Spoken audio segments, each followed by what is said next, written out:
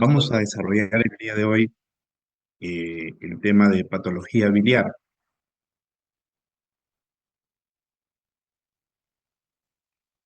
En la cara visceral de nuestro hígado se encuentra un órgano piriforme que tiene la función de almacenar la bilis, un fluido que produce el parénquima hepático y que llega a través de unos conductos para almacenarse y para concentrarse. Estos conductos se reúnen y forman el conducto hepático derecho y el conducto hepático izquierdo. Y ambos forman el conducto hepático común, el cual sale a través de un orificio, se llama el hilio hepático, por donde ingresa la arteria hepática, la vena porta. A este conducto hepático común se le une el conducto de la vesícula biliar, el conducto cístico, formando aquí un triángulo entre el hígado, el conducto cístico y el hepático común, denominado el triángulo de Calot. Es un triángulo importante para el tema quirúrgico porque es la referencia para ubicar la arteria hepática, ¿no? Perdón, la arteria cística, rama de la hepática derecha, que es la arteria de la vesícula biliar. Como ven, la vesícula tiene un fondo, Recording in progress. un cuerpo y un bacinete, un cuello y a continuación el conducto cístico. Este conducto tiene en su interior unas válvulas, las válvulas de Heister, que evitan que la bilis retorne hacia la vesícula. Tiene un calibre de entre 3 a 4 milímetros y la vesícula biliar tiene unas dimensiones de 60 a 80 milímetros, 30 a 40 de ancho, de paredes delgadas de tan solo 2 milímetros. Al unirse el conducto cístico con el conducto hepático común, forma el conducto colédoco o vía biliar principal, que tiene un calibre menor de 7 milímetros. Cuando tiene 7 o más, se considera una vía biliar dilatada. Y eso hace pensar de que puede haber un elemento que está obstruyendo la vía biliar, evitando que la bilis avance con normalidad, generando un mecanismo de respuesta que es la dilatación de la vía biliar. Como puedes ver, hay una vía biliar suprapancreática, una retropancreática y una intrapancreática. El colédoco se va a unir con el conducto hepático común, perdón, conducto pancreático o conducto de Wilson. En esta unión vamos a encontrar un esfínter alrededor, el esfínter de Oddi, una estructura muscular lisa, circular. En su desembocadura está la ampolla de Vater. El duodeno tiene 4 partes: la porción inicial, la porción descendente, transversa y ascendente.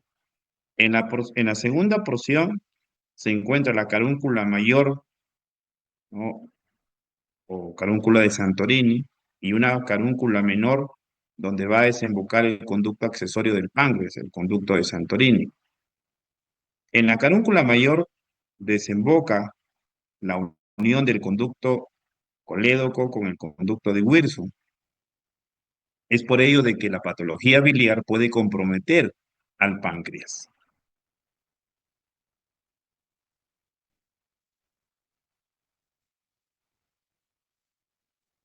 Sin duda alguna que la colelitiasis es un problema mundial que afecta a cualquier edad. Ya ahora los jóvenes no están libres de ello. He visto pacientes de 12 años, de 14 años, con colelitiasis, claro que no es muy frecuente porque hay ciertos factores de riesgo. Pero estos cálculos que se forman por una alteración metabólica en el interior de la vesícula biliar puede generar un espectro de enfermedades, ¿no? De problemas que conllevan al paciente a búsqueda de una atención médica, que en muchos de los casos es por emergencia. Entre este espectro tenemos el cólico biliar, que es el cuadro agudo de dolor, donde el paciente está experimentando unos espasmos en la pared de la vesícula porque probablemente un cálculo ha obstruido el bacinete, no permitiendo el paso de la bilis, pero colocándole un medicamento analgésico antiespasmódico, el cálculo se va a movilizar, permitiendo que la bilis fluya y desapareciendo el dolor, las molestias que tiene el paciente. Colecistitis aguda. Colecistitis aguda es un cuadro de inflamación de la vesícula, ¿no? En donde aparecen, además del cálculo que esté enclavado, cambios en su pared, como edema, como líquido perivesicular, ¿no? Como un incremento de las dimensiones de la vesícula. Y esta puede ser aguda o crónica. Cabe mencionar en este momento de que no necesariamente la colecistitis va a ser por presencia de cálculos. Existe colecistitis alitiásica, y ya les voy a explicar cuál es el motivo de esta presentación clínica. Coledocolitiasis es la presencia de cálculos en la vía biliar, en el colédoco. Colangitis es la infección de las vías biliares, secundario en muchos de los casos a una coledocolitiasis. Bueno, debería decir en todo caso secundario un proceso obstructivo, dentro de los cuales tenemos la coledocolitiasis, porque también puede ser por parasitosis, puede ser por un tumor, entre otros. Colangitis, ¿no? Vamos a ver una clasificación también que luego les comentaré. Y cirrosis biliar secundaria, la cirrosis es una degeneración hepática, ¿no? Que tiene múltiples causas, pero en este caso específico es por la presencia de cálculos, que estos incluso pueden estar dentro del parénquima hepático. Y el carcinoma de la vesícula, el cáncer de la vesícula, es una neoplasia maligna que está asociada en un 70 a 90% a pacientes que han presentado litiasis. Claro que existen otros factores de riesgo dentro de los cuales tendremos el factor étnico, muy importante.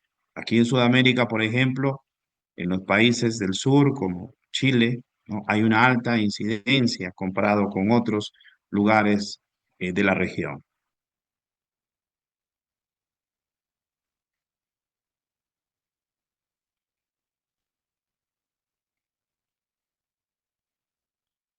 ¿Cuáles son los factores de riesgo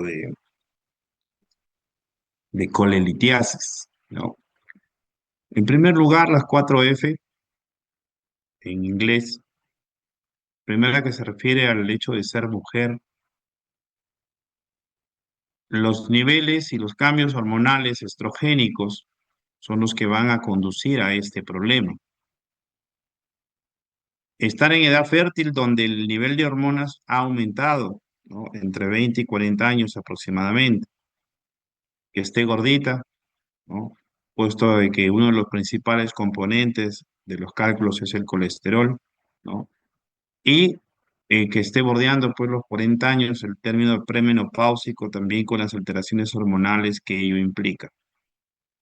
Otro factor de riesgo es el uso de anticonceptivos orales, el reemplazo estrogénico que justamente va asociado al tema de menopausia, ¿no? Como decía hace un instante, por la edad. Enfermedades inflamatorias intestinales como la enfermedad de Crohn, el uso de algunos fármacos, como el clorfibrato usado en trastornos de hipertrigliceridemia o el uso de algún antibiótico como la ceftriaxona. El hecho de tener muchos hijos, todo ello ligado al tema hormonal. Y hay una pérdida rápida de peso, como en el caso de los pacientes sometidos a cirugía bariátrica. Y la etnia, ponía como ejemplo hace un instante, al país del sur, ¿no? A Chile, ¿no? Que tiene algunos factores genéticos que conllevan a tener una mayor incidencia de enfermedades litiásicas biliares.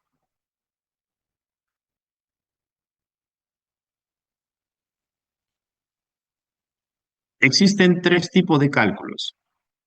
Los cálculos de colesterol, ¿no? Eh, que son muy característicos, ese color amarillento, ¿no? Puesto que el 70% de su composición es por este elemento, ¿no? Graso. Hay cálculos pigmentarios que aparecen en grandes cantidades, ¿no?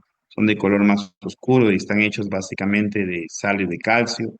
Negros de bilirrubina y calcio y marrones de bilirrubinato cálcico amórfico.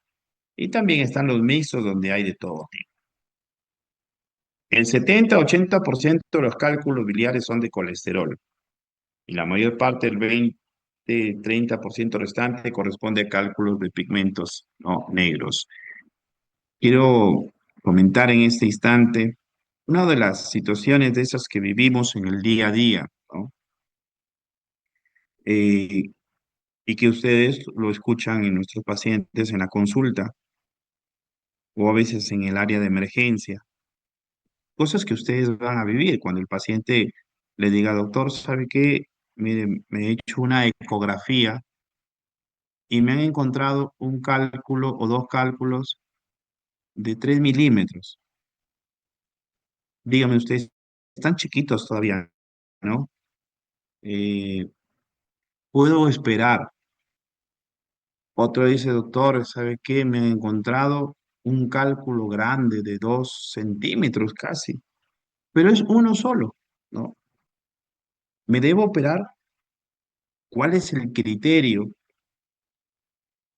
para determinar si una persona debe o no operarse? ¿Será el número de los cálculos? ¿Será el tamaño de los mismos?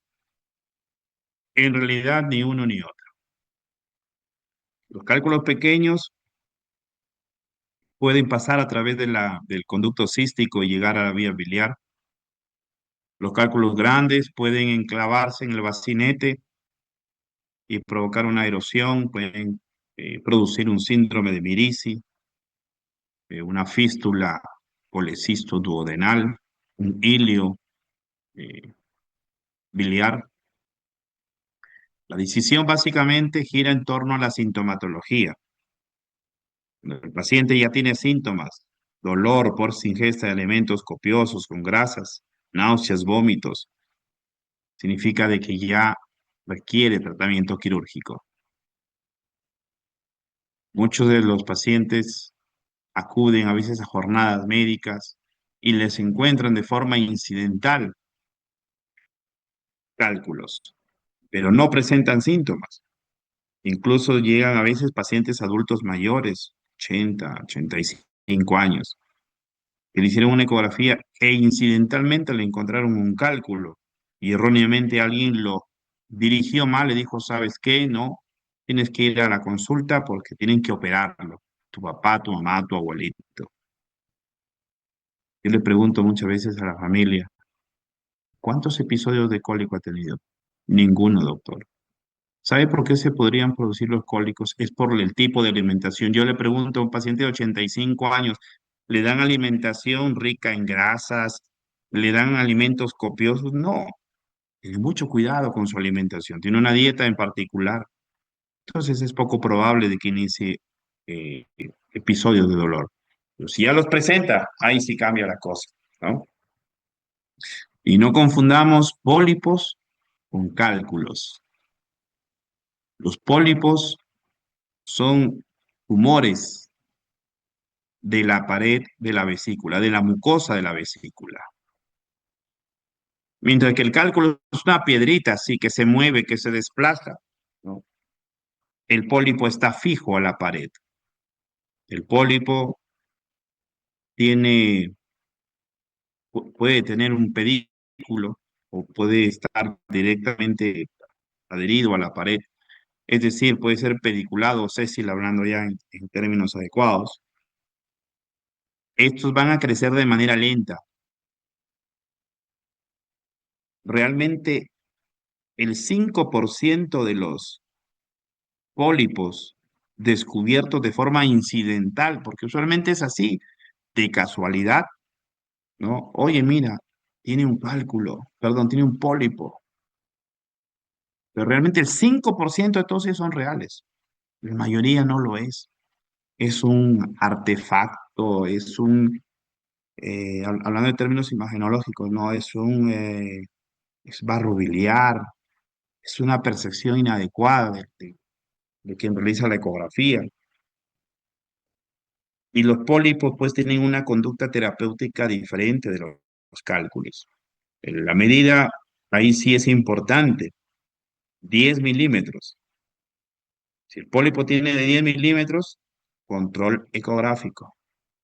Si tiene más de 10 milímetros, la recomendación mundial es cirugía. Si tiene menos de 10 milímetros, tiene 4, por ejemplo, y se hizo una ecografía de control a los 6 meses y tiene 7, significa de que ha crecido más de 2 milímetros en los últimos 6 meses. Eso es indicación de cirugía. Si el paciente tiene pólipos y tiene cálculos a la vez, es indicación de cirugía. Si tiene más de 50 años, también hay riesgo. Entonces hay ciertos criterios, ¿no? Son cosas distintas, pólipos y cálculos biliares. ¿Cuál es la fisiopatología de la formación de los cálculos? La litiasis biliar se debe a una incapacidad para mantener determinados solutos biliares, ¿no? Estos precipitan, ¿sí? La sobresaturación de la bilis con la bilirrubina no conjugada va a favorecer la formación de los cálculos negros, los pigmentados, mientras que la sobresaturación de la bilis con colesterol favorece la formación, obviamente, de los cálculos de este tipo, ¿no? La infección, la éstasis biliar propician la presencia de cálculos marrones. Por ejemplo, éstasis biliar, un paciente que se encuentra en eh, hospitalizado en una unidad crítica, ¿no? Y que no hay uso de la bilis contenida ahí en la vesícula.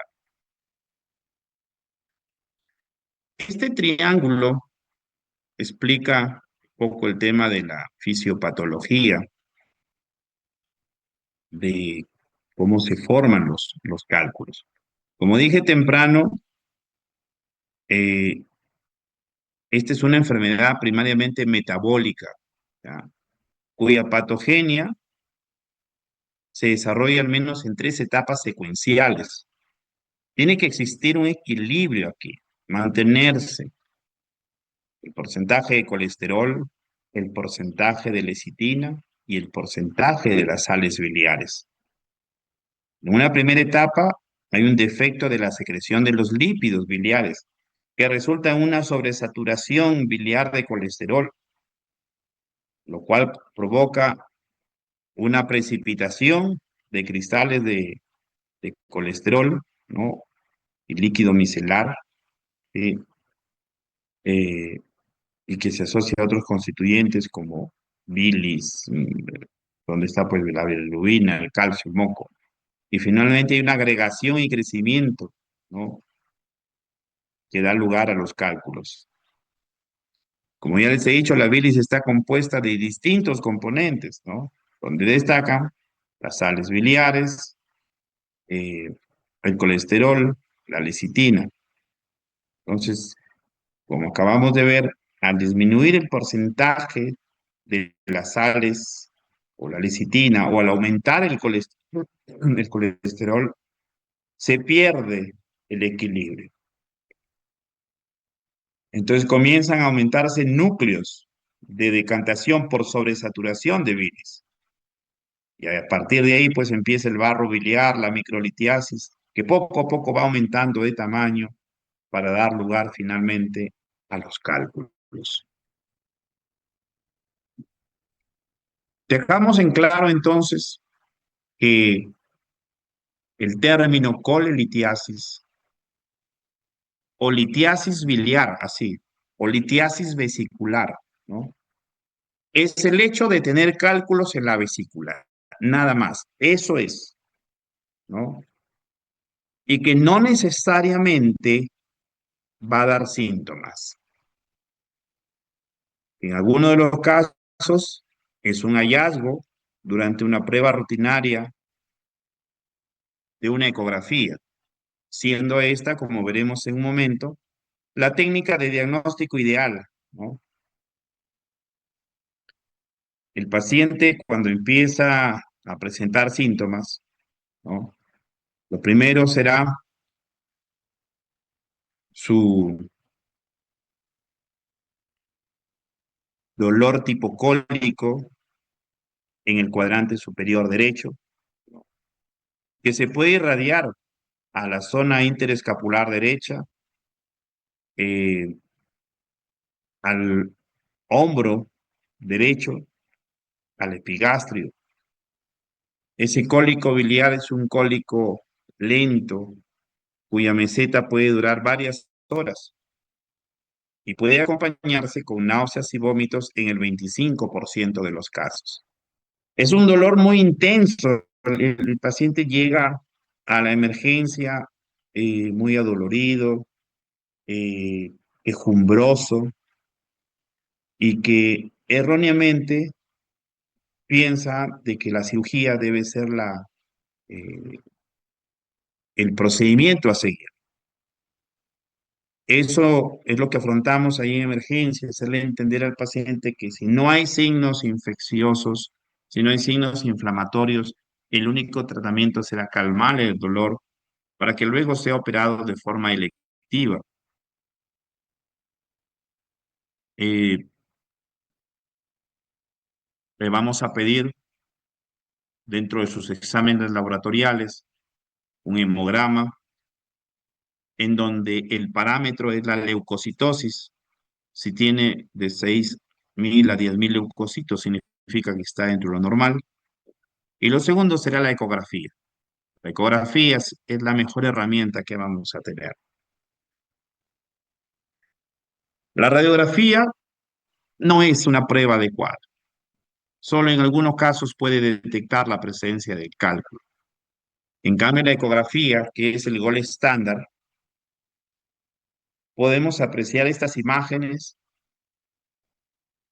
con una circunferencia, se puede determinar el tamaño, pero un detalle muy importante, mire, esto, esto es la sombra acústica, lo que genera un cálculo. Claro que la ecografía, como también lo he dicho en una clase, es operador dependiente, ¿no? En algunos casos hay falsos negativos, en un 5 a 10%. ¿Qué pasaría si vemos imágenes como estas, pero que no tienen sombra acústica? Entonces estamos frente a un pólipo. ¿Ya? Esa es la diferencia hablando de imágenes. Pólipo y cálculo, la sombra acústica. Hay otros procedimientos como la ultrasonografía endoscópica, que tiene un aumento de la sensibilidad respecto a la ecografía percutánea, pero obviamente siendo realistas, esos exámenes no tenemos a disposición. Cuando el paciente tiene, además del dolor, ictericia, o sea, tiene una pigmentación amarilla de su piel y sus mucosas, cabe la posibilidad que haya una obstrucción polidociana, en primer lugar por cálculos. Si en la ecografía se determina esa como posibilidad y con una dilatación de vía biliar, el paciente tiene que ser interconsultado, tiene que ser evaluado por el gastroenterólogo. El gastroenterólogo, como complemento, va a pedir una resonancia magnética específica, es decir, una colangioresonancia.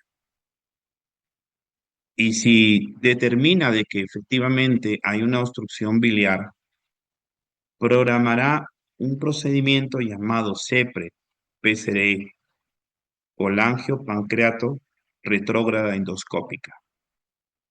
Este es un procedimiento, en primer lugar, diagnóstico, porque va a introducir su endoscopio y va a llegar hacia la papila duodenal, va a ingresar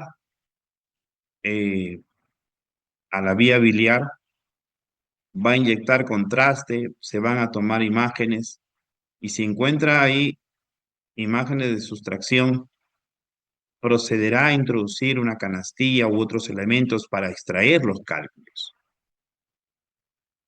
Este procedimiento, ¿no?, de imágenes vía endoscópica, obviamente también permitirá evaluar la parte más superior, poder ver, ¿no?, cálculos que hay en la vesícula o en otras partes más altas de la vía biliar.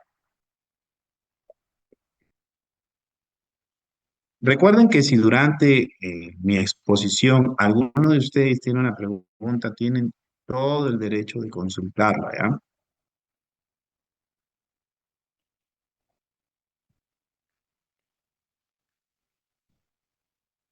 ¿Cómo manejamos el cólico biliar? Primero, explicándole bien a al paciente, ¿no?, de que no vamos a operarlo, definitivamente.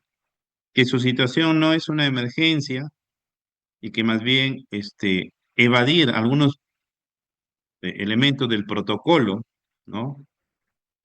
Eh, podría generarle algún perjuicio, que es mejor seguir los protocolos prequirúrgicos, las evaluaciones necesarias, ¿no?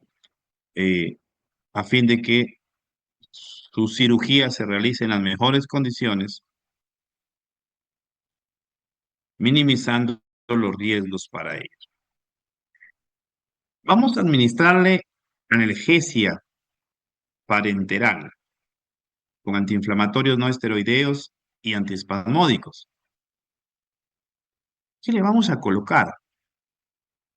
A ver, dentro de nuestro arsenal terapéutico tenemos como antiespasmódico la iosina, ¿no?, que es eh, un fármaco analgésico antiespasmódico que viene en una presentación de ampollas de 20 miligramos y que se puede administrar cada 6 o cada 8 horas, ¿no?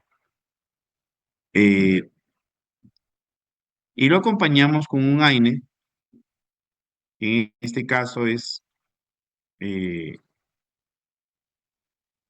el metamizol, que viene en presentación de 1 gramo. También podemos colocarle eh, ketorolaco, que viene en ampollas de 60 miligramos, ¿no? Podemos eh,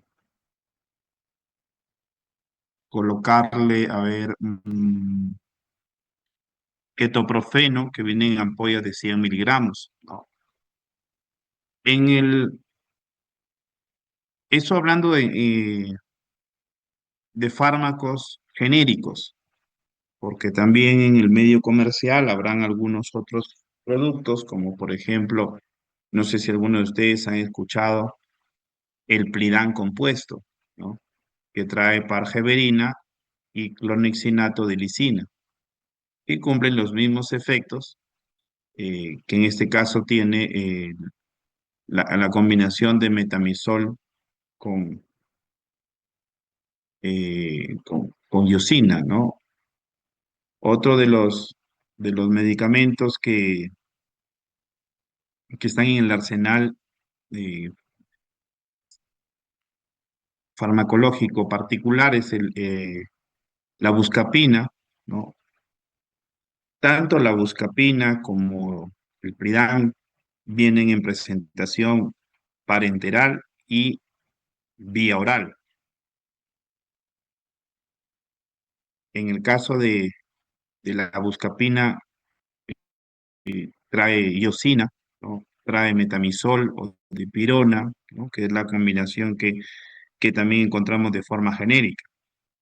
Estos pacientes se van a mantener en observación durante eh, unas horas, mientras que los medicamentos van haciendo su efecto. Luego de eso ya es dado de alta. Eso sí, se le tiene que orientar. Primero que tiene que tener cuidado en la alimentación, porque este cólico ha sido producto o resultado del esfuerzo que ha hecho la vesícula tras la ingesta de alimentos ricos en grasa. Segundo, que debe tener a la mano sus analgésicos vía oral, ¿no? Tercero, que debe iniciar su protocolo prequirúrgico. Todo paciente que va a ser intervenido por patología biliar, además de su prequirúrgico, llámese o incluyase hemograma, perfil bioquímico, o sea, glucosa, urea, creatinina, perfil de coagulación, grupo sanguíneo y factor y orina completa. Además de eso, es indispensable contar con su perfil hepático. Transaminasas, proteínas, bilirrubinas, fosfatasa alcalina y gamma-glutamil transferasa. Si el paciente presenta dolor en epigastrio, en hipocondrio derecho, que se irradia la espalda en forma de cinturón, podríamos estar frente a una pancreatitis, por lo que en el caso de pacientes por emergencia, se incluye, ¿no?, en los exámenes de laboratorio lipasa y amilasa.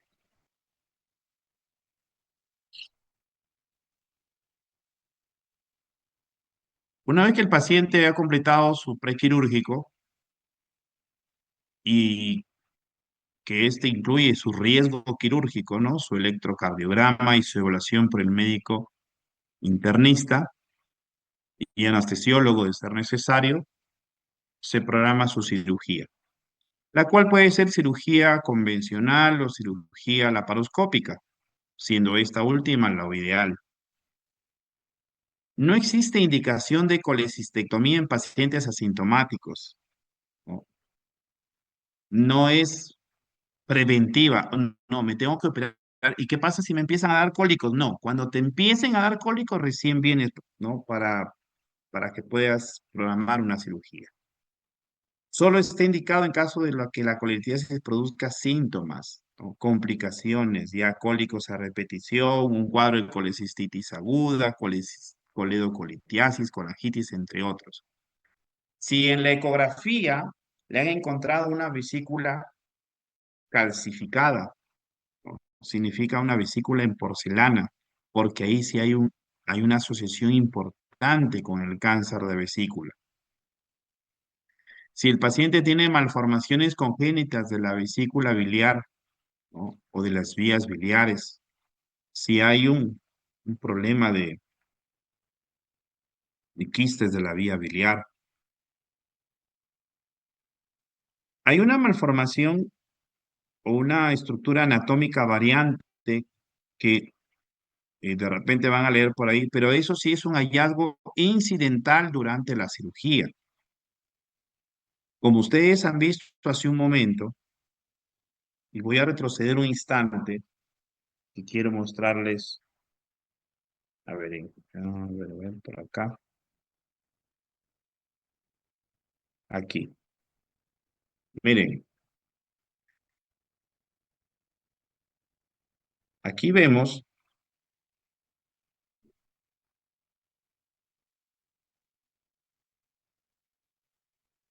el conducto cístico, pero hay algunos pacientes que del hígado sale otro conducto, mucho más delgado que el conducto cístico.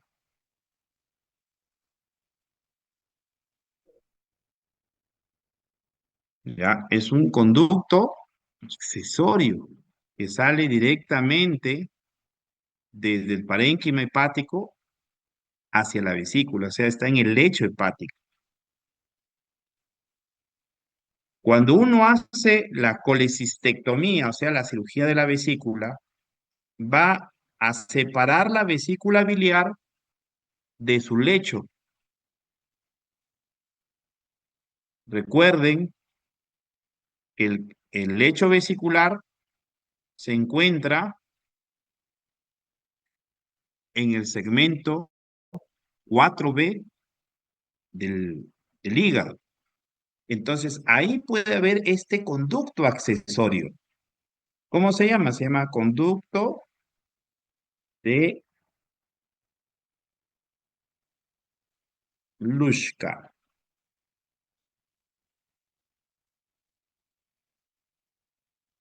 Ya, así ve. Conducto de Luschka.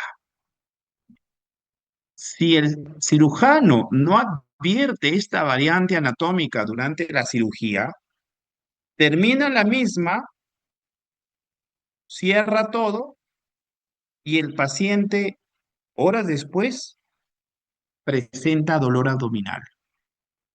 Lo evalúan y tiene signos de peritonitis. Ingresamos a la cavidad abdominal nuevamente, o sea, un segundo tiempo, y tenemos que el paciente presenta una peritonitis biliar, toda la cavidad llena de bilis. Revisamos en primer lugar el cístico porque decimos, ¿y qué pasa? De repente el cístico se soltó o hay una lesión en la vía biliar. Pero si no es este el problema, entonces tratamos de identificar y en algunos casos se encuentra esto, el conducto de Ilushka. Se cierra, se liga, se lava la cavidad abdominal, drenes y se acabó. Pero lo ideal hubiese sido que se identifique durante el acto quirúrgico. Entonces, este es un ejemplo de una variante anatómica. Ahora sí, continuamos.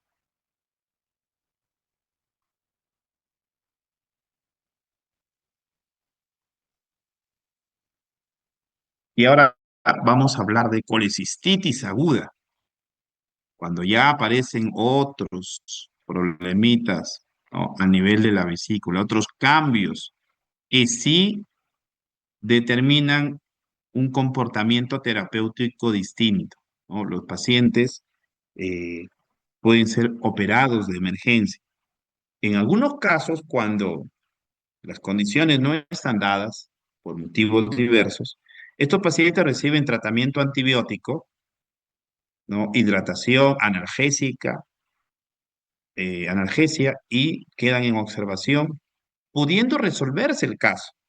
Es decir, ese cuadro agudo se puede resolver, pero ya queda la vesícula con ciertos cambios,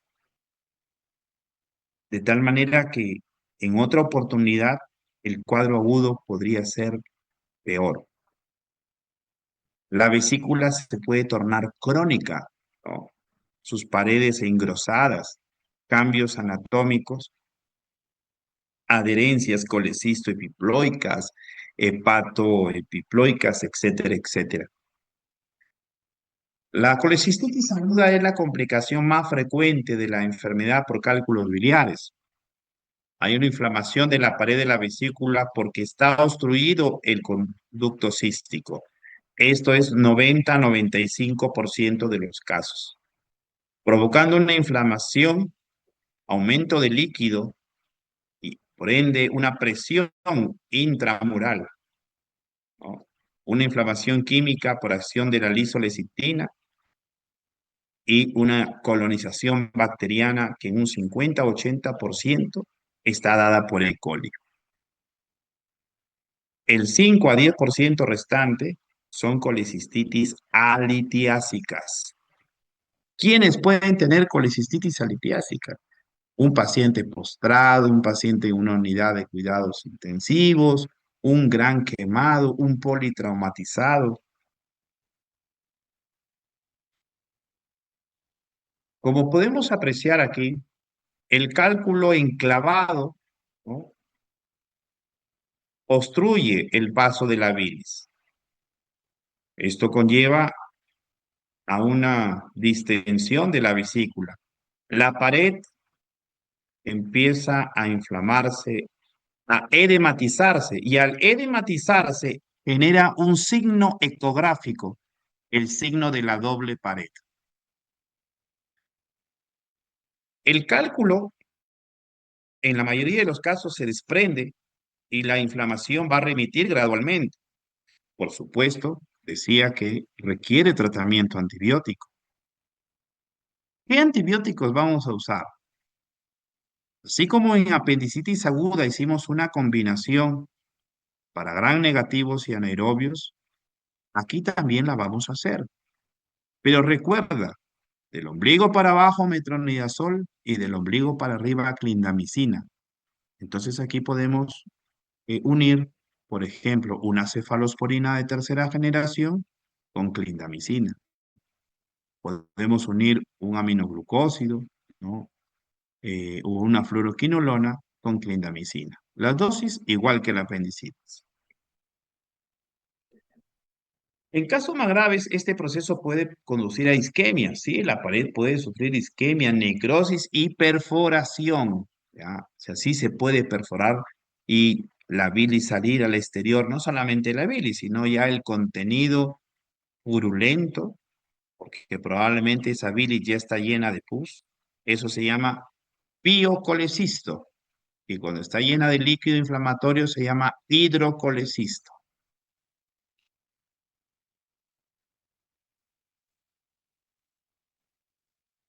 La infección bacteriana es un acontecimiento secundario.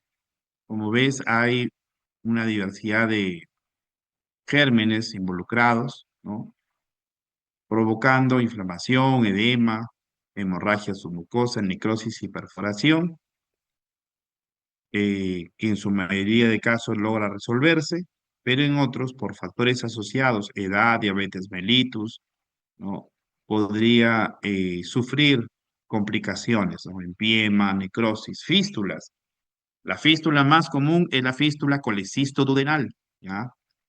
Esta conlleva que haya una comunicación entre la vesícula y el duodeno con el paso de un cálculo hacia el interior del intestino.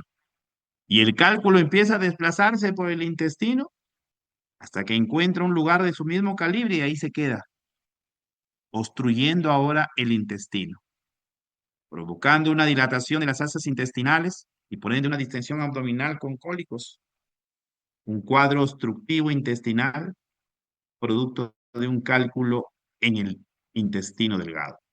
Eso se llama iliobiliar. En la colecistitis aguda, los pacientes van a manifestar dolor en el cuadrante superior derecho, con irradiación al hombro, a la espalda,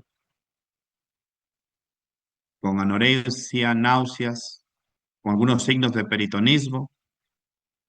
La fiebre aparece con cierta frecuencia. El paciente, debido al dolor, ¿no?, refiere tener dificultad respiratoria. Cuando lo examinamos en decúbito dorsal y presionamos el hipocondrio derecho, ¿no?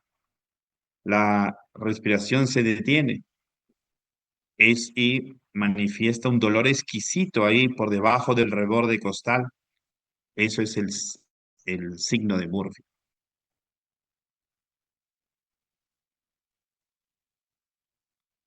¿Puede haber ictericia en colecistitis? Sí, pero es rara. Recuerda tú que la ictericia está asociada a una obstrucción coledociana. Pero ¿qué pasa si el cálculo que está dentro de la vesícula está comprimiendo el conducto colédoco? O sea, ya estamos frente a un síndrome de Mirici. Eso puede llevar a un incremento de la bilirrubina. Y otro factor, ¿qué pasa si la vesícula tiene edema perivesicular, está hinchada y comprime la vesícula? Eso puede generar ictericia. O sea, hablamos de una compresión extrínseca de la vesícula. La vesícula se puede palpar en un 25% de los pacientes, pero aquí voy a hacer un paréntesis, una observación. Si palpo la vesícula y me duele, estamos en una colecistitis aguda. Pero ¿qué pasa si palpo la vesícula grande con una palta y no le duele? Estamos frente a qué situación en particular. ¿Alguien sabe?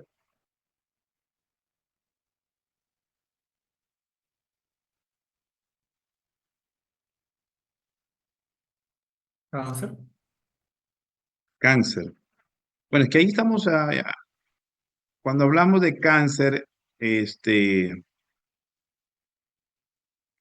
hablamos ya de un diagnóstico, ¿no? Ya. Eh, pero es muy genérico. Voy a retroceder un instante para aprovechar otra imagen. La primera, la anatómica. Y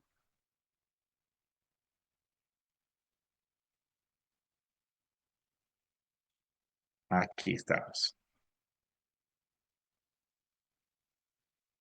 Bien. Esta zona que rodea a la ampolla de váter, ¿no? La zona periampular, puede sufrir una serie de neoplasias. En primer lugar,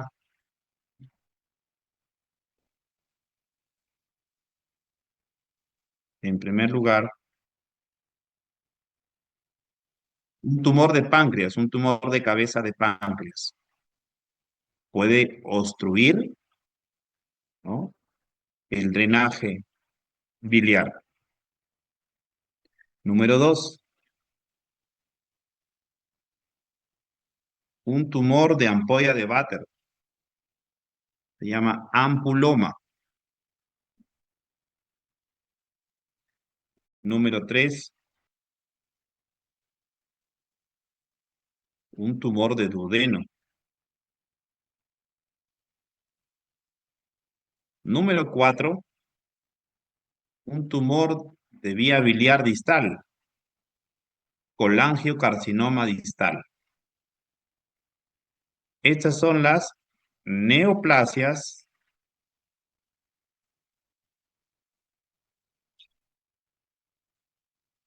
neoplasias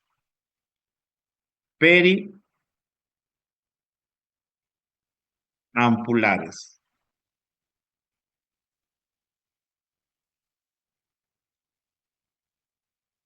¿Ya? Tumor de cabeza de páncreas, ampuloma, tumor de duodeno y colangiocarcinoma distal. ¿Qué van a provocar ellos? Van a provocar que la vesícula se distienda y que cuando la palpe a la vesícula distendida, pero la palpa y no duele. Entonces, eso es el signo de Courvoisier. Se escribe así.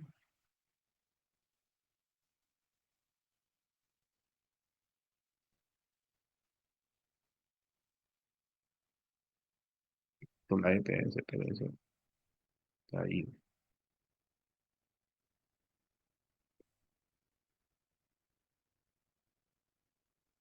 ¿Ya? Signo de Courvoisier.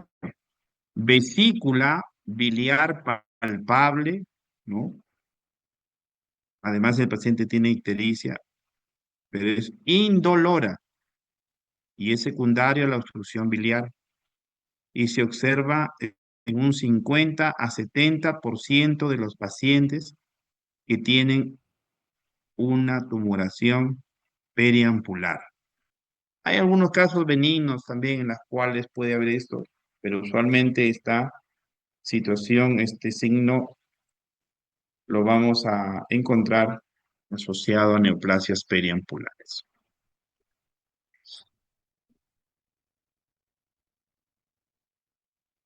Bien, seguimos.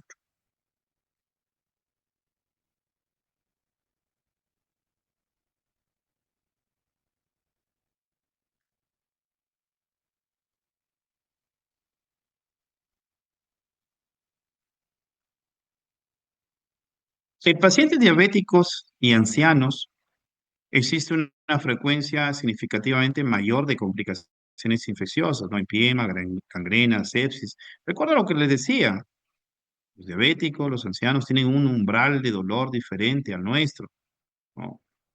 Y por eso los cuadros se empeoran porque están más días con la enfermedad eh, y cuando ingresamos los hallazgos pues son bastante complejos, ¿no? El diagnóstico de colecistitis aguda, ¿no? Aquí vamos a encontrar una serie de criterios clínicos, laboratoriales. Hablando de la parte laboratorial, hay una elevación de reactantes de fase aguda, o sea, hay leucocitosis, hay un PCR elevado, ¿no? En algunas ocasiones pueden elevarse algunas enzimas hepáticas, eh, por ejemplo, el TGO, el TGP, ¿no? Aunque es muy poco frecuente, ¿no? Puede haber hiperbilirrubinemia, ¿no? Como lo que mencionaba hace un instante, cuando hay eh, una compresión extrínseca para la vía biliar, producto del edema, producto de la ubicación del cálculo, ¿no? Eh, y eso a veces lleva a un error diagnóstico, ¿no? Pero es importante, como siempre lo he mencionado, eh, hacer correctamente la historia clínica, evaluar correctamente a nuestros pacientes para que enumeres tu listado de problemas y luego de eso tengas tus presunciones diagnósticas, ¿no? Existen unos criterios de Tokio que tienen una sensibilidad y especificidad bastante alta, ¿no? Ahí tenemos el criterio A, B y C. En el criterio A está el signo de Murphy, que es lo que es decir, el dolor a la compresión en el reborde costal derecho. La masa o dolor o defensa en el hipocondrio derecho también es parte de este criterio. Eh, el criterio B son los signos de inflamación sistémica, o sea, el paciente que tiene fiebre, que tiene su PCR elevado, que tiene su leucocitosis, ¿no? Y el criterio C, pues, es el hallazgo imagenológico característico de colecistitis aguda. Para el diagnóstico, lo mejor es la ecografía, que va a objetivar una vesícula de paredes engrosadas, más de 3 milímetros, que puede haber signo de doble pared, por edema o de doble carril, ¿no? Una vesícula distendida. Hay dolor cuando colocan el transductor sobre el hipocondrio derecho, es un Murphy ecográfico positivo. Y vamos a ver un cálculo que está enclavado, ¿no? Aquí miren, típico, la sombra acústica en los casos de colecistitis. ¿Qué dicen los criterios de Tokio? Un diagnóstico sospechoso es un ítem de A y un ítem de B, ¿no? Recuerden, A, signo de Murphy, masa, dolor o defensa en hipocondrio derecho. Y un ítem de B, fiebre, PCR o leucocitosis. Y el diagnóstico definitivo es un ítem de A, un ítem de B y un ítem de C. Es decir, que ya tiene una evaluación ecográfica con hallazgos, ¿no? De colecistitis aguda, que hay un engrosamiento de su pared, que hay un agrandamiento de la vesícula biliar, ¿no? Que el cálculo está enclavado y que puede haber líquido alrededor de la vesícula, es decir, líquido inflamatorio. Es importante realizar correctamente el signo de Murphy, tiene un valor predictivo positivo en torno al 90%. Si existen dudas respecto a la ecografía, pues hay tomografías, hay colangioresonancia, hay colangiografía con radioisótopos, que obviamente también está muy distante de nosotros, ¿no? Dentro de los diagnósticos diferenciales de colecistitis aguda tenemos la colangitis, pero en la colangitis hay fiebre, dolor, ictericia. ¿Cómo se llama eso? Triada de Charcot. O también hay trastorno neurológico, hipotensión, y eso se llama pentada de Raynaud, ¿no? Otro de los diagnósticos diferenciales es la pancreatitis. La colecistitis muchas veces se acompaña de pancreatitis, ¿no? Porque descienden los cálculos por la vía biliar, obstruyen el conducto común pancreato-coledociano, provocando una irritación del parénquima pancreático, ¿no? Una apendicitis aguda retrocecal. Recuerdan que comentábamos en la clase pasada la ubicación del apéndice, posterior y ascendente. Entonces esa posición puede llevar a la confusión. Un divertículo.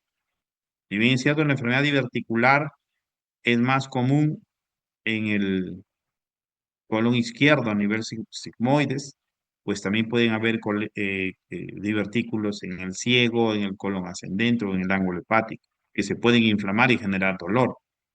Una hepatitis viral en los primeros momentos duele, ¿no? Y al hacer la ecografía, la pared de la vesícula es un poco gruesa. El colon irritable, tan de moda últimamente, o enfermedades funcionales, el infarto miocárdico en cara anterior, la neumonía basal derecha y por supuesto los cálculos en el riñón derecho que pueden generar dolor eh, y dar una confusión en cuanto al diagnóstico. El tratamiento. El tratamiento de elección se basa en la administración primero de los antibióticos, ¿no?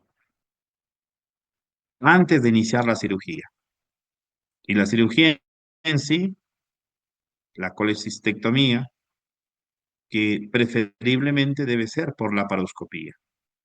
O sea, no es que porque es aguda tendríamos que hacer una colecistectomía abierta, ¿no? Hace poco he tenido la oportunidad de operar a una paciente el miércoles eh, con un cuadro agudo, eh, complicado, ¿no? Los chicos que rotan conmigo han tenido la oportunidad de estar presente en esa cirugía, una vesícula, primera vez que veo una vesícula tan grande, teniendo tantos años, eh, en la cirugía, nunca vi una vesícula de 14 centímetros. Una vesícula que tan grande era que ya se había doblado, ¿no? Estaba acodada ya, con un edema impresionante, ¿no? Eh, en toda su extensión, con adherencias, eh, la pared engrosada y todo ocasionado por un solo cálculo, ¿no? Un cálculo de 30 milímetros aproximadamente, que he guardado como anécdota, ¿no? Pues es un caso interesante, ¿no? Y que se pudo resolver por la paroscopía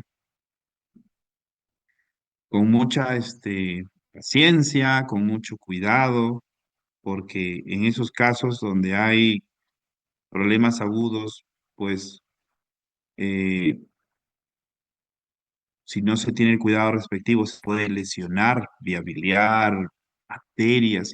Y algo interesante también, que no sé si recuerdan sus compañeros que estuvieron ahí, que hay una neovascularización, o sea, cuando hay eh, un cuadro agudo, aparecen nuevos vasos, nuevas ramificaciones. Y yo después de haber ligado la arteria cística, había una rama más y generó un sangrado discreto que rápidamente fue controlado y gracias a Dios la cirugía pues un éxito, ¿no? Pero sí de sus casos muy, muy interesantes. Cuando hay complicaciones como gangrena, perforación vesicular, ¿no? En el caso del eh, policistitis enfisematosa en pacientes ancianos, diabéticos, ahí no se puede tratar al paciente eh, a nivel hospitalario, a nivel de emergencia, en observación. No, se tiene que programar la cirugía, porque esto es una situación que puede convertirse en una sepsis, ¿no? Y comprometer seriamente la vida del paciente. Pero, ¿qué pasaría si tengo un adulto mayor que ya está con un cuadro séptico? Que cuando le hacen el riego quirúrgico, me dice el internista, ¿sabes qué? Este es un 3-4. E igual me dice el anestesiólogo, ¿sabes qué? No lo podemos operar porque eh, la situación es de mucho riesgo. Entonces ahí podemos optar por el drenaje transparieto hepático. Un drenaje percutáneo que lo hace radiología intervencionista para descomprimir, ¿no? Temporalmente y controlar el cuadro, el foco infeccioso para que el paciente logre alcanzar su estabilidad hemodinámica, ¿no? Esto es, miren, este es un drenaje transparieto, pared hepático, ¿no? Entonces, aquí se logra descomprimir, se deja este dren porque probablemente puede haber un cálculo también por acá que obstruya el- la vía biliar y de esta manera se controla la situación, la emergencia que está viviendo el paciente. En la colecistitis aguda es importante la hidratación del paciente, corregir si hay algún problema hidroelectrolítico, calmar el dolor, el tratamiento antibiótico, ya les he comentado, combinamos para tratar, para cubrir el espectro gran negativo y anaerobio, ¿no? Esto se lo he hablado en varias ocasiones. Y la colecistitis alitiástica, sí, ese 5 a 10% de pacientes, ¿no? Pacientes politraumatizados, quemados, periodo puerperal, postoperatorios, pacientes con adenocarcinomas obstructivos, una diversidad de situaciones, ¿no? En donde hay un éxtasis biliar. La ecografía, los otros exámenes de imágenes nos van a mostrar una vesícula grande, tensa, adinámica, no hay movimiento. Y tienen peor pronóstico que la colecistitis con cálculos, porque la situación en la cual se encuentra el paciente es muy delicada. Imagínense un paciente, un gran quemado con una colecistitis aguda, un paciente politraumatizado. Esto se va a convertir en un cuadro séptico que va a complicar el decaído estado que ya tiene el paciente, ¿no? Entonces, el tratamiento es quirúrgico, una colecistectomía precoz, aunque en muchas ocasiones la colecistectomía tiene que ser urgente porque ya la vesícula puede estar gangrenada, ¿no? A ese nivel puede llegar el cuadro. Una colecistitis enfisematosa, ¿no? Es más frecuente en pacientes diabéticos. Es una colecistitis aguda, calculosa o no, que provoca necrosis de la pared por isquemia y gangrena con infección por una bacteria que produce gas anaerobio, ¿no? Como el Clostridium perfringens, ¿no? Que es el más frecuente. En el diagnóstico, además de la ecografía, en la radiografía se ve gas en la vesícula, ¿no? Por la actividad bacteriana. Tiene alta mortalidad, por eso es que el tratamiento es cirugía de urgencia con una terapia antibiótica adecuada, ¿no? Que en algunos de los casos ya no vamos a emplear una cefalosporina de tercera generación, sino una cefalosporina de cuarta generación, o incluso pasaremos a usar eh, imipenem, meropenem, ¿no? Piperacilina, tazobactam, entre otros antibióticos. El empiema es una infección de la bilis, de la vesícula biliar, sobre todo por gram negativos. Su clínica consiste en fiebre, leucocitosis y dolor en el hipocondrio derecho. Y el tratamiento se basa pues en antibiótico terapia y cirugía urgente. Aquí pueden apreciar ustedes, miren el engrosamiento de la pared, ¿no? Aquí hay edema, engrosamiento, una situación compleja, ¿no? Una gran cantidad de cálculos de colesterol, ¿no? El contenido fue bilio purulento. Miren no sé si logran apreciar aquí el cálculo en el conducto cístico, ¿no? Y esto que ven acá es el ganglio cístico. También lo ven inflamado, ¿no? Obviamente por todo el cuadro aparatoso que ha tenido el paciente. Pueden apreciar también acá un cuadro de gangrena, ¿no? eh, vesicular. Miren el estado caótico de la pared. Esto estuvo rodeado por asas intestinales y epíplon, es decir, fue un plastrón vesicular, ¿no? Porque el término plastrón no es específico de apendicitis, que es el tema que ya hemos visto, sino el plastrón es una conducta natural que tienen nuestros órganos de rodear un foco infeccioso. Cuando hay isquemia y pared, entre la pared y necrosis, ¿no? La situación se torna muy difícil para el paciente. Hay una torsión, distensión de la vesícula, ¿no? Vemos esto mucho en pacientes diabéticos. Hay una perforación que va a generar tal vez un alivio momentáneo, ¿no?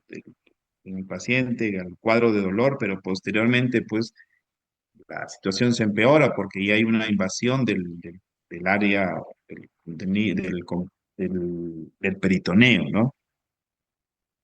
El tratamiento, sin duda alguna, es la colecistectomía, ¿no? Eh, urgente, tratamiento antibiótico de amplio espectro. La perforación de la vesícula puede ser libre al peritoneo, ocasionando una peritonitis difusa grave. Puede ser local, originando un acceso pericolicístico, o puede ser hacia un órgano vecino, ¿no? Hacia el colon, hacia el duodeno, hacia el estómago. Esas son las fístulas biliodigestivas, ¿no? La más frecuente es la colecisto duodenal, que generaba el hilio biliar que comenté hace un momento. Hay un detalle importante que mencionar aquí. Cuando nosotros operamos pacientes con cuadros de este tipo, con gangrena, con empiema, perforados, independientemente si es cirugía convencional o cirugía laparoscópica, se tienen que dejar drenes. El dren es una estructura tubular que puede ser de látex, ¿no? Y que va a supervisar lo que ocurre en el interior de la cavidad abdominal en el posoperatorio. Se retiran o se extraen por contrabertura, es decir, que los drenes no salen por la incisión principal, sino se hace una pequeña incisión por debajo de 10 milímetros aproximadamente y por ahí se extrae el dren.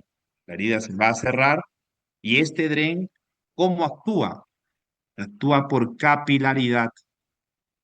Las secreciones en el interior salen por ahí, sangre, líquido biliar, pus, secreción intestinal, heces, cualquier cosa va a salir por ahí. Ese dren es nuestro amigo, es el que nos va a monitorear, es el que nos va a avisar de forma oportuna cómo se van dando las cosas. Si la cantidad de secreción que sale por el dren, ¿no?, es más de 500 mililitros, se dice que tenemos un gasto alto. Si es menos de 500 mililitros, es un gasto bajo. ¿Cuándo se va a retirar el dren? Cuando el paciente hospitalizado en su postoperatorio muestre una evolución favorable y el drenaje sea escaso, que vaya disminuyendo y que sus características sean de una secreción serosa, mientras que sea purulenta, biliar, hemática u otro no se puede retirar. Y cuando se retire el dren, esa herida que hicimos para sacar el dren no se sutura, esa herida cierra por segunda intención.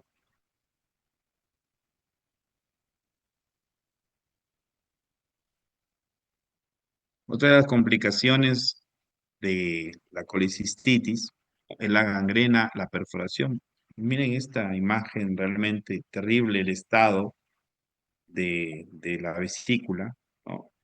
Necrosis. Cuando hay una radiografía, hay aire en el árbol biliar. En la endoscopía alta o en el tránsito gastroesófago duodenal puede poner en evidencia una fístula, ¿no? El tratamiento es la colecistectomía y el cierre de la fístula, porque si no, pues el contenido va a salir hacia el exterior generando cuadros peritoneales.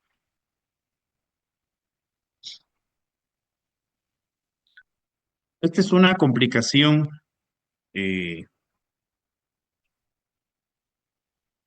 que relativamente vemos en el hospital, pacientes que llegan con distensión abdominal, tienen dolor, distensión, refieren no eliminar gases, refieren estar con 1 o 2 días de no hacer sus deposiciones con normalidad. Y obviamente lo primero, la primera presunción que uno tiene es que hay un cuadro de obstrucción intestinal, etiología determinar. La obstrucción, como veremos en un capítulo más adelante, trae consigo un sinnúmero de posibilidades diagnósticas. Lo primero que tenemos que hacer es examinar bien a nuestro paciente, ¿no? Después de haber hecho su historia clínica, la primera parte, examinamos, miramos si no hay cicatrices, y miramos si no hay masas, ¿no? La simetría de su abdomen. luego auscultamos, ¿no? Para ver sus ruidos, cómo están sus ruidos hidroaéreos, y a continuación palpamos, percutimos. Hacemos el tacto rectal. Todo paciente que viene obstruido se tiene que hacer tacto rectal. Describir cada uno de los hallazgos. Y ahora vamos a pedirle una radiografía simple de abdomen.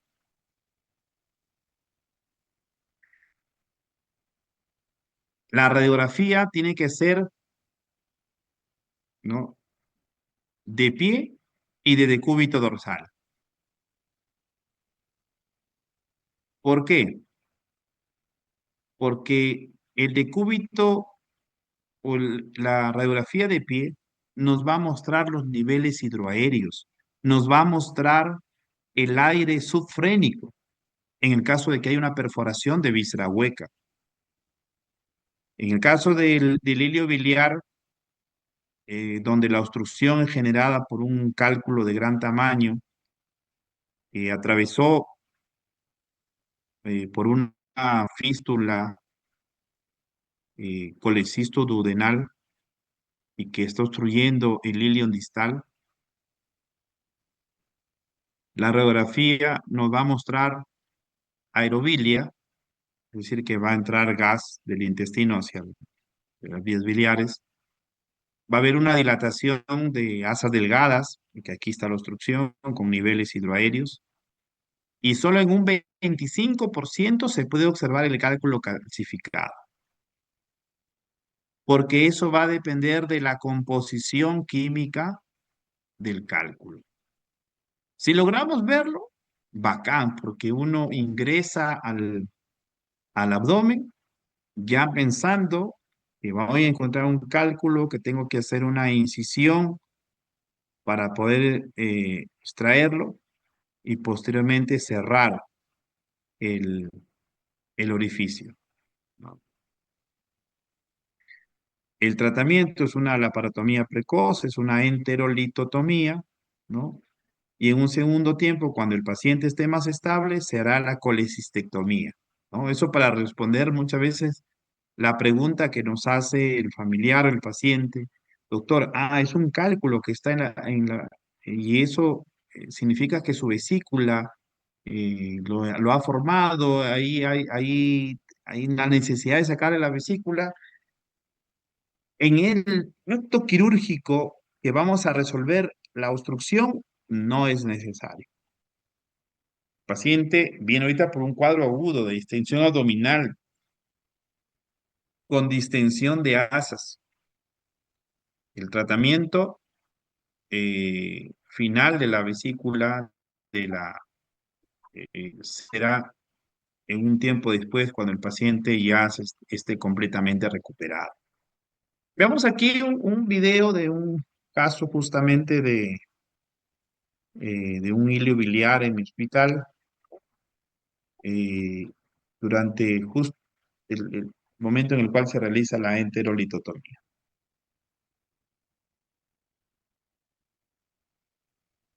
Escuchen el gas que va a salir, ¿ya? Que estuvo acumulado en la parte proximal.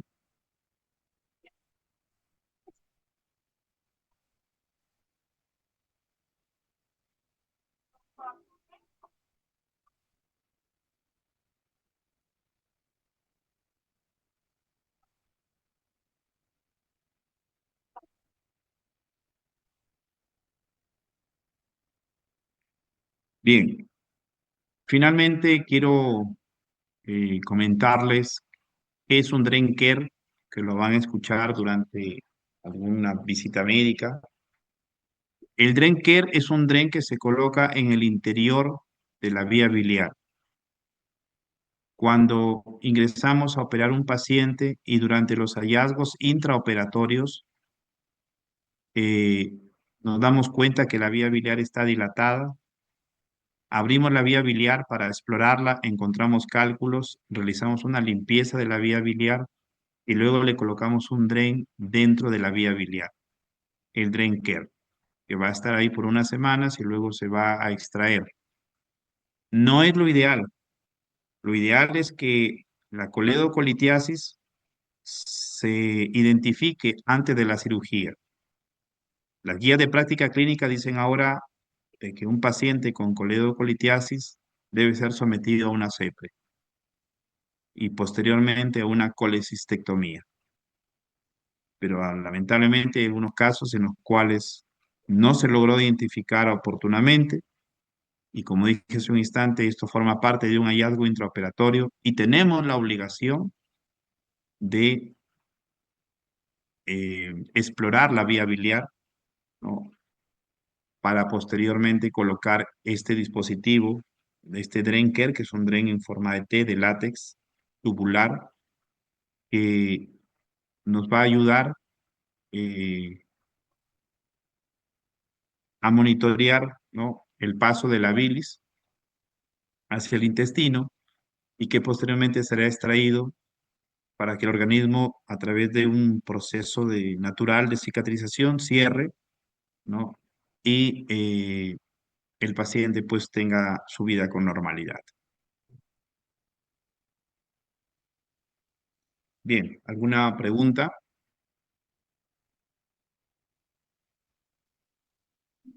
Todo claro, doctor. Bien, no se vayan a ir para registrar su asistencia, por favor.